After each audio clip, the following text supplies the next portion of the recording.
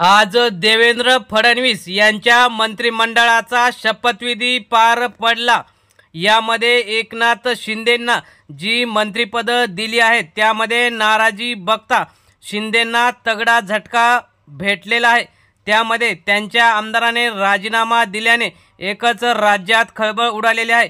मंत्रिपद न दिल्याने शिंदेंवर नाराज अशा आमदाराने जो राजीनामा दिला आहे त्यामुळे सगळीकडे एकच चर्चा असताना नेमकं काय झालं आहे ते सविस्तर बघण्याअगोदर जर चॅनलवर नवीन असाल तर चॅनल नक्की सबस्क्राइब करा। बातमी सविस्तरपणे बघूया। राज्यात अजित पवार, देवेंद्र फडणवीस आणि एकनाथ शिंदे यांच्या अनेक मंत्र्यांचा शपथविधी आज होत आहे। त्यामध्ये अजित पवार आणि देवेंद्र फडणवीस यांच्यातील अनेक सहकारी नाराज असताना त्यांना दोघांनी शांत केले। मात्र एकनाथ शिंदे यांच्या मंत्रिमंडळातील अनेक सहकारी हे नाराज आहेत। त्यामध्ये सुरुवातीला तानाजी सावंत हे नाराज होते, त्यानंतर अब्दुल सत्तार सुद्धा नाराज होते। आता त्यातच त्यांच्या एकनाथ शिंदेंच्या या आमदाराने राजीनामाच थेट दिल्याने सगळीकडे खळबळ उडाली आहे। आमदार नरेंद्र भोंडेकर हे भंडाऱ्याचे आमदार यांनी आपल्या पक्षातील उपनेते पदाचा आणि विदर्भातील शिंदे गटाच्या समन्वयकाच्या पदाचा राजीनामा मंत्रिपद न मिळाल्यामुळे दिल्यामुळे एकच खळबळ माजलेली आहे। त्यामुळे आता एकनाथ शिंदे हे त्यांचं बंड कसं थोपवतात याकडे लक्ष लागलेलं आहे।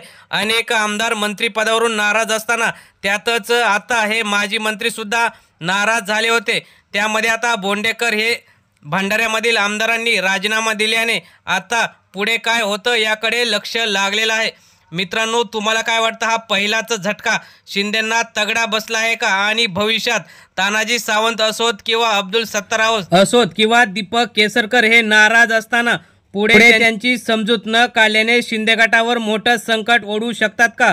कारण शिंदे गट जेव्हा गुवाहाटीला गेला त्यावेळी तानाजी सावंत असतील, अब्दुल सत्तार असतील किंवा दीपक केसरकर असतील यांची महत्त्वाची भूमिका होती आणि त्यांनाच या मंत्रिमंडळातून डावलल्यामुळे एकच खळबळ उडालेली आहे आणि त्यातच आमदारांनी राजीनामा द्यायला सुद्धा सुरुवात केलेली आहे।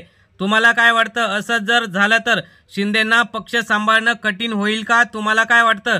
तुम्ही सुद्धा तुमच्या प्रतिक्रिया कमेंट बॉक्समध्ये नक्की कळवा। धन्यवाद। जय हिंद, जय महाराष्ट्र।